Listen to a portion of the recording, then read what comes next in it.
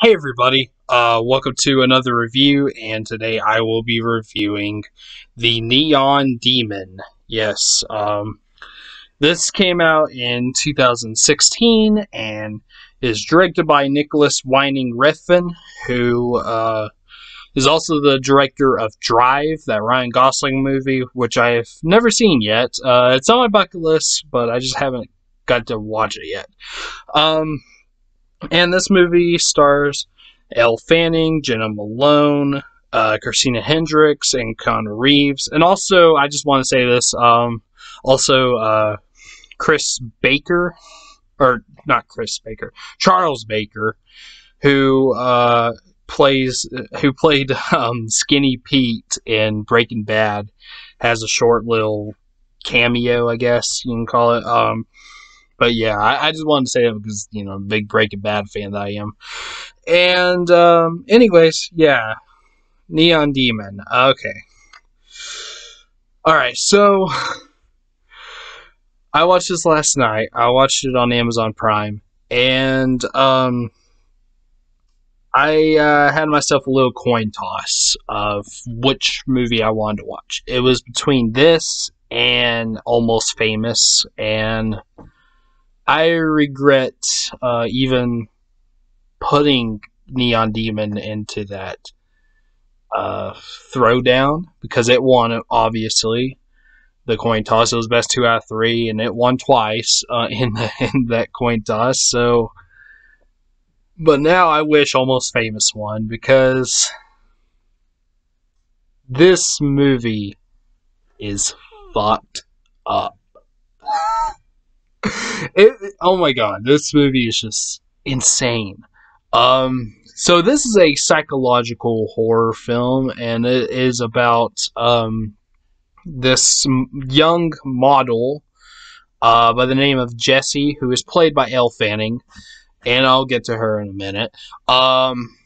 And she is, she's just this young, beautiful model, and she gets famous, and all the photographers like her and stuff, and they use her more than anybody, and all the other models are jealous of her. That's basically all I'm going to say, without spoiling this film. But, yeah, this is a movie about jealousy. And it's about modeling, too, but it's mostly about jealousy. And it's a psychological horror.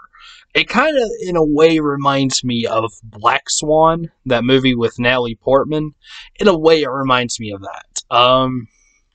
Not that it doesn't have the same plot or anything, but I don't know. It just kind of reminds me of that, just the way it is and stuff. Just has that whole psychological, it has this psychological thing to the story that could just be just a normal kind of movie, that kind of plot. Both Neon Demon and Black Swan, they could possibly just work just as just straight up drama movies, but they both are horror films. So yeah. And I just want to go on saying, which I think I said this before, but I'll say it again. I'm not a big horror fan. There are a handful of horror movies I like. But I don't know. I'm just not a big horror fan. I find the genre kind of overrated, and most horror movies I've seen are not even that good. Even some of the popular horror movies like Halloween and Carrie. They're good horror movies, but they're not really that great films, at least in my opinion. I don't really think that they're good movies in general. I think The Shining and Psycho and The Exorcist, those are good films. Those are really good films, not just good horror movies, but they're really good films. So yeah. And anyways, I like psychological horror. In fact, it's kind of ironic that I say that I'm not a big horror fan, because my favorite movie of all time is actually considered a horror film. I would say probably a little more psychological horror. That is Eraserhead. Which, by the way, this movie also kind of reminds me a bit like Eraserhead. There were some moments in this that that kind of reminded me of it. When I was watching Black Swan, I only seen that once a long time ago, but it kind of reminded me of Eraserhead in a way too. And I could definitely see like an influence from Eraserhead in this film, in Neon Demon, especially there's one scene that really reminded me of Eraserhead. I'm not going to go into detail about it, but I'll just say there's one scene. Maybe if you've seen both films, you might know what I'm talking about, but there is one scene in particular that kind of reminds me of Eraserhead, and I liked that. I thought that was cool. And some people even say that Eraserhead is fucked up. But it's my favorite movie. I've seen that I don't know how many times. It doesn't even. There's only one part of that movie that kind of I always say what the fuck to, and that's whenever that is whenever Henry is at his girlfriend's house and her mother has an orgasm at the table. That's the only thing that still makes me say what the fuck every time I watch Eraserhead. But that everything else, I just love it, Anyways, but this movie, like pretty much almost every scene in this film made me say what the fuck. Like it's just so fucked up. Like God, I don't think I ever want to watch this movie again. Honestly, like I think this is a one and done for me. I kind of regret watching this, but then again, I'm kind of glad I saw it. I'll go jump into the positives, but for one, Elle Fanning's performance. Elle Fanning is so good in this movie, and she was the reason why I wanted to see this movie, mostly because I've had a crush on her ever since I was a teenager. Ever since I saw her in Super 8, I've always had a crush on her, and I wanted to, and I want to see more movies with her. I have another movie with her on my bucket list called 20th Century Women, I think is the name of it. Yeah. But, I am glad I got to see it because of that. Because I got to see a good performance by Elle Fanning, and her, like I said, her performance is very good. She's definitely the best part of this film. But yeah. Anyways, and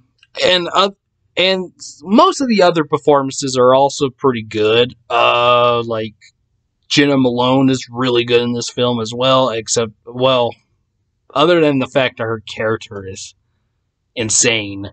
That's all I'm going to say, and that kind of spoils the movie. Okay, I kind of spoiled it a little bit because it kind of seems like she's okay at first, but okay. I'm sorry, I didn't mean to spoil that part, but oops. That's the only spoiler. I apologize, but, no, actually, when it first shows her, she seems okay, but then later she gets, yeah. Again, I apologize, but anyways, but she was very good, and I wasn't too familiar with her. I didn't know who she was when I first heard her name, but whenever I saw her in this movie, I was like, she looks familiar. So I actually paused the movie, I looked it up. And she was in Donnie Darko. She was Jake Gyllenhaal's girlfriend in that movie.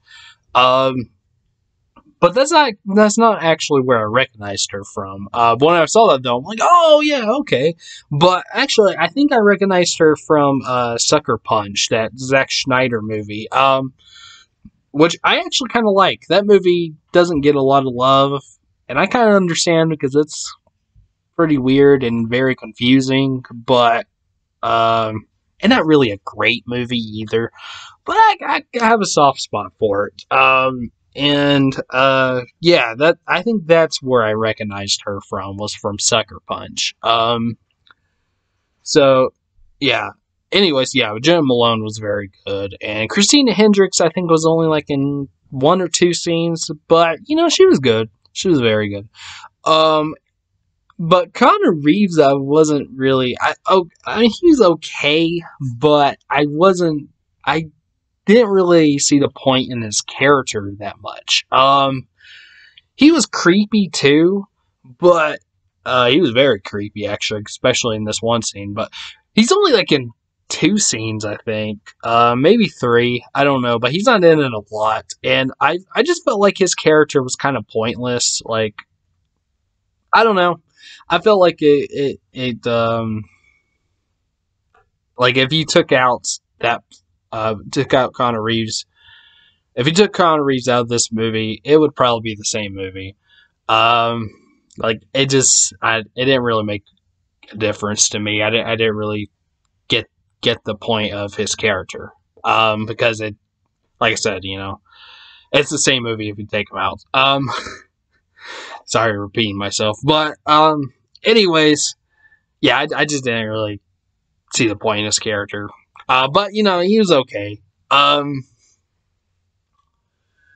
And all the other girls were pretty good. All the other actresses. There were 2 other actresses I didn't mention. That's because I don't know their names and I'm not familiar with what they're in. But they were also very good. Also really fucked up too.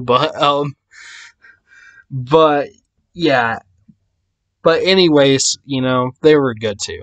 Okay, another positive. This movie looks amazing. This has like amazing looking cinematography. Like it just looks awesome. It fits really well with the film too. It just has all these weird colors and stuff. It's a very artsy type film. Very, if you like art films, then this is definitely one for you.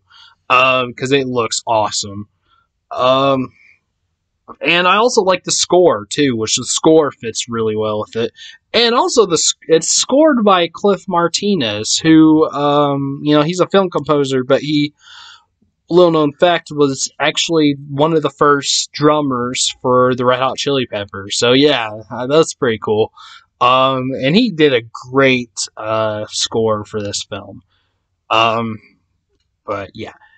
Anyways, I think those were the only things I liked about the movie. Well, okay, the story, I felt like the story would have worked better if it was like a book or something. Yeah, probably more like a book, but, well, not that it was terrible for a movie, I just didn't like seeing it, because it's just fucked up, it's just crazy. Yeah, this movie disturbed me very much. Very, very much. And I thought Get Out, the Jordan Peele movie, when I very first saw that movie freaked me out as well. But this movie makes Get Out look like Barney the dinosaur or something. Because this movie is so crazy. So yeah, Get Out has nothing on this. But anyways, but yeah. But yeah, I guess did I say it already? I don't know. This is actually the second time recording this because I tried recording this before it and I messed up, so I had to delete it. So I don't know exactly if I said it already in this video, but maybe I did. I can't remember, but I'll say it again. This is a movie that I don't think I ever want to watch again. I think I did say that in this one. I'm sorry for repeating myself, but yeah, this is a one and done for me. I don't think I can ever watch it again. And I think I did say this already, but yeah, I am kind of glad I did watch it because we got to see a good performance by Elle Fanning. But other than that, I kind of wish I didn't see this movie because it's just fucked up. The most fucked up movie I have ever seen in my life. So yeah. But it's not terrible, but yeah. And I will say the third act of this film is what's really fucked up about this movie. I'm not going to say what it is, no spoilers, but even though I kind of spoiled something in the beginning of this, but or earlier anyways, but still, but yeah, the ending, I'm not gonna say what the ending is. If you've seen the movie, you know what I'm talking about. If not, if you want to know what the ending is, go watch it, but beware, it is insane. Yeah, and that's what makes this movie crazy. So, what mostly makes this movie crazy. Anyways, so I guess I'll go ahead and give it its grade. I'm gonna give the Neon Demon a C.